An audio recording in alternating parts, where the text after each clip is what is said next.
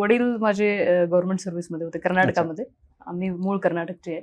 तर ते नगरपालिका आयुक्त होते आणि आता रिटायर झालेले आहेत. मग वडिलांची गाडी आली किंवा वडील आले तर मी आणि माझा भाऊ कुठेतरी एका कोपऱ्यात जाऊन पुस्तक काढून बसायचो. अशी एक दहशत वडिलांचं होता. बरं. मग आणि नगरपालिका आयुक्त असल्यामुळे मग कधी-कधी मी गेले वडिलांकडे किंवा कुठेतरी बाहेर बघताना एक संपर्क असा आला की जिल्हाधिकारी आले आणि मी तिथं होती त्या क्षणात.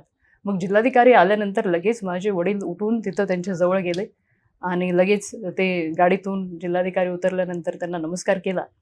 मग माझ्या मनात असं आलं की जे टायगर प्रवृत्ती आमच्या घरी आहे ते कुणाला तरी आदर करतात किंवा रिस्पेक्ट देतात की ते आले की लगेच त्यांच्याकडे जातात. म्हणजे त्यांच्यापेक्षा एक स्ट्रिक्ट एक व्यक्तिमत्व आहे किंवा एक पद असं आहे की त्याला माझे वडीलसुद्धा घाबरतात. मग मला वाटलं की हा एक भावनिक क्षण म्हणा किंवा एक ट्रिगर जे होतो that was a trigger.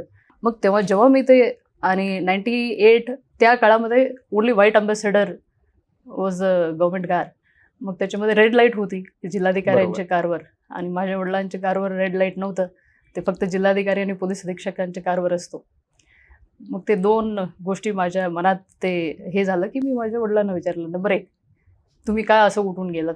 Number 2 त्यांच्या गाडीवर लाईट आहे आणि तुमच्या गाडीवर नाही आहे. मग ते म्हटले की ते जिल्हाधिकारी असतात. ते जिल्ह्याचे एक वरिष्ठ अधिकारी ते सगळ्यांना कंट्रोल करतात आणि सगळेजण त्यांच्या हाताखाली आम्ही काम करतो, त्यांच्या मार्गदर्शनाखाली करतो. ते जेव्हा मीटिंगला बोलवतात आम्हाला जावं लागतं आणि ते आमच्यापेक्षा वरिष्ठ असतात आणि त्यांना मॅजिस्ट्रियल पॉवर्स असतो आणि ते एक लाईट फक्त त्यांच्या गाडीवर असतो आणि पोलीस अधीक्षक आणि बाकी आम्हाला ते अलाउड नसतं. बरोबर. हा जे इंटरॅक्शन होती that time I was 8th standard. मी म्हटलं माझं ही गाडी असणार ज्याच्यावर बत्ती असेल.